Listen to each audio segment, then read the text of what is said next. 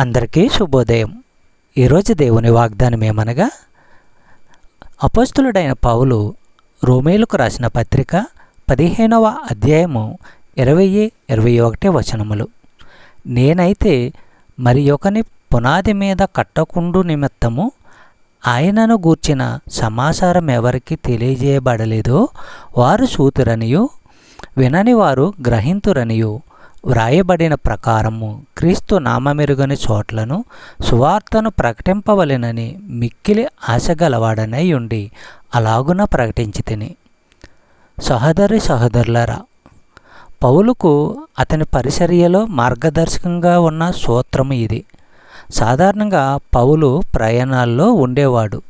క్రీస్తు శుభవార్త వినని వారికి వినిపించాలని, తన తరములో మనుషులందరికీ శుభవార్త వినే అవకాశము కలిగించాలని అతని ఆశయము. ఇందులో అతడు మనందరికీ ఆదర్శము. చెప్పబడిన వాగ్దానము దేవుడు దీవించి ఆశీర్వదించును గాక. ఆమేన్.